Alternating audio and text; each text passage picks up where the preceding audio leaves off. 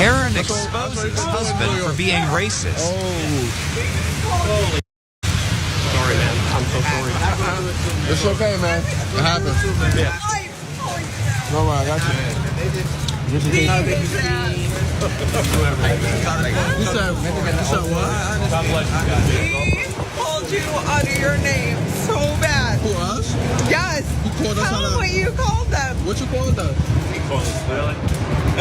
What you called us? Yes. What's he called us? Give me my purse, you pussy. You need to be safe. There's a fight going on in the middle of New York City, and this one particular lady is calling out her husband. People were responding to it as she then told a group of black folks that were hanging out there, or whatever they were doing, minding their business, my husband just called you a horrible, horrible name. People were responding to that, but more questions were asked, and the husband actually finally admitted it. Let's watch. You're not doing this. I will be safe. Oh, wait, what's he called us? Give it a buck. He said. You said what? And I Sorry, I said. never call you What? that in my whole life. Why you laughing? Not at all, man. Yo, why you Did laughing? he laugh? Did he laugh? I will never protect him, ever. He's a piece of Why he said that? He thinks he is entitled. You want me to punch him out? I don't care what you do. There's a lot going on here. I'm gonna get to that in a second. But as you saw, those guys didn't appear to be all that upset, still laughing through the whole thing as well. But they were egging it on a little bit further. And finally, the husband here had to pull the escape route here. Let's watch how he pulled that off.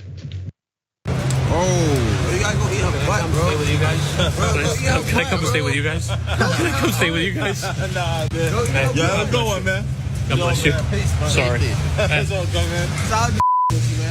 nah, yeah, gangsta. That's all jokes, man. Don't really get. We got a beer. That's just, man. Yeah, man, that's out. Isn't that like the super light beer? What is that? The Miller super light, the ones they have on commercials where they act like they're drinking Gatorade. That's the beer that he handed off in order to run away from his wife, still hanging out with folks that apparently he was afraid of. He was hiding her purse in a bag. You can imagine what he probably said to her right when they walked up. Here's what some people are commenting. Since we're talking about Kimberly versus Karen, as she snitched on her husband there.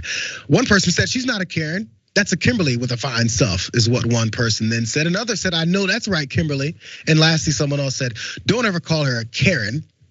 Because now they're happy that she decided to expose her husband for being the racist that he was in that particular situation when it comes to purses and black folks hanging out outside.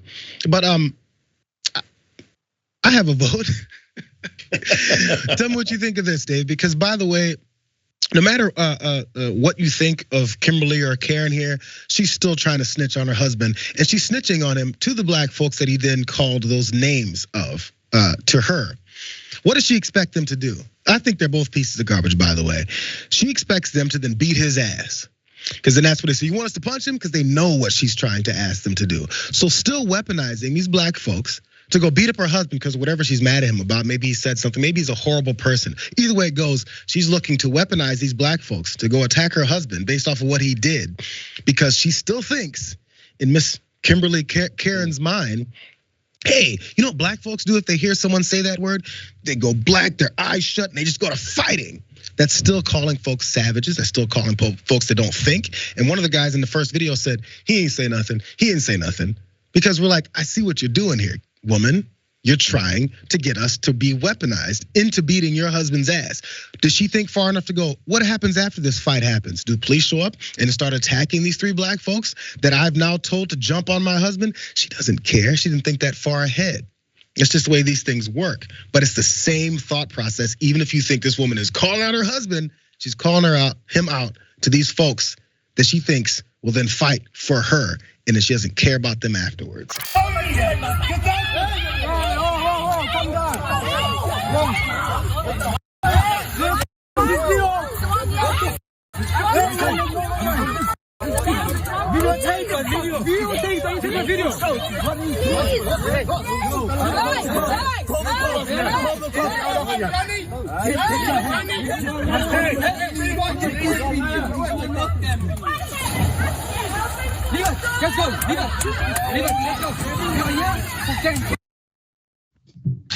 Two black teenagers in South Africa who were cousins on a family vacation were attacked by a group of white men for trying to use the swimming pool at the resort where they were guests and staying at, and more than welcome to be using that pool.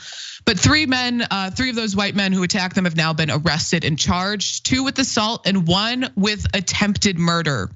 So we'll get into more details about what happened, but first let's get a look at these men's faces.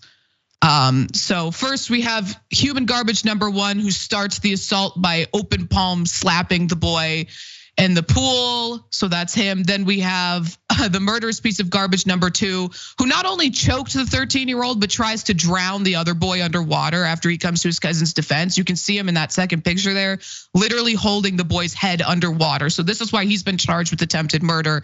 And we'll get into it later, but he says something to the kid while he's holding his head underwater that, established his intent to kill him. And then here's the human garbage number 3, who joins the fight across the fence just to, assault and pull the hair of an innocent child. So we've got some information about what led up to this violent racist attack from the New York Times. Gokong Nakedi said that in the early afternoon on Christmas Day, he and his cousin Sifo Kumalo, who's 13, had set out to swim at the pool on the campground side. Almost as soon as they arrived, he said white guests began asking them what they were doing there and saying that they were not allowed there. Kogong said that he got into the pool anyway, but as tensions increased, he and his cousin left to tell his father. Mr. Nakedi, who's 58, said he went to confront the men who had stopped his son and nephew. It appeared, he said, they thought the teenagers were not guests at the resort and therefore not allowed to use the pool. Mr. Nakedi said he explained that they were indeed guests and the situation appeared to clear up. But when they went back, Gokong said one of the men closed the gate and stopped them from entering. An argument ensued with Gokong and the man jabbing their fingers at each other, according to security footage from the pool provided by the Nakedi family, who said the resort's manager had turned it over. So we have that security footage. So let's take a look at that so we can get an idea of what's going on. So here is the pool. And you can see in the corner as the 2 boys are approaching, and then you can see this person walk up and close the gate to prevent them from entering the pool. And you can see there's people in the pool right now, but the boys are, having a conversation with him, trying to explain that, they're guests, they're allowed to be there. So there's like a little argument going on, but then you can see here, they just walk around and hop the fence to jump in the pool because they have every right to be using that pool. And as soon as they enter, all these racist, white people in the pool jump out. And so then the teens are trying to swim and genuinely just minding their own business while these adults are verbally berating them before they start physically attacking them. So that's the security cam footage there. So then the fight starts to escalate here. Another racist man walks over and he starts slapping the boy in the water. You can see there he puts his hands on him. And then the fight continues to escalate, throws the kid in the pool. They start physically assaulting him. More men jump in. And then here's when you can see the second man hold the kid's head underwater.